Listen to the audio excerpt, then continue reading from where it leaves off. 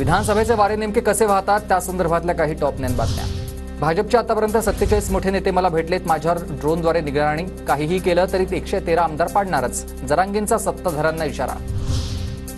पुण्यातील 8ही मतदारसंघातल्या इच्छुकांची नावं बुधवारी मनोज जरांगे पाटलांना देणार, अखंड मराठा समाजाच्या बैठकीत निर्णय। 29 तारखेच्या बैठकीतल्या निर्णयानंतर पुढील कारवाई।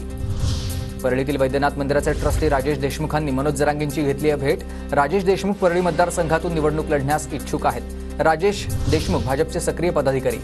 विदर्भात शिंदेगड 12 जागांसाठी आग्रही, पूर्व नागपूर आणि मध्य नागपूरसाठी शिंदेगड दबाव टाकण्याची शक्यता। निरीक्षक अहवाल एकनाथ शिंदेंकडे सोपवणार।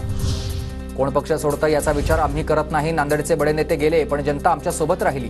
बाळासाहेब थोरातांची झिशान सिद्दीकींच्या अजित पवार गटातल्या प्रवेशाच्या चर्चांवर प्रतिक्रिया।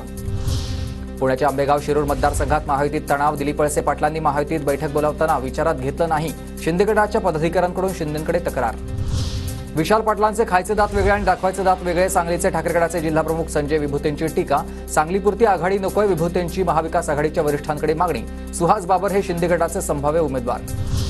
आगामी विधानसभा निवडणुकीत शिवसंग्राम संघटना 5 जागा लढवणार, मराठा आरक्षणावर देण्याची भूमिका घेणाऱ्या पक्षांसोबत युती करणार, संघटनेच्या सर्वसाधारण सभेत निर्णय।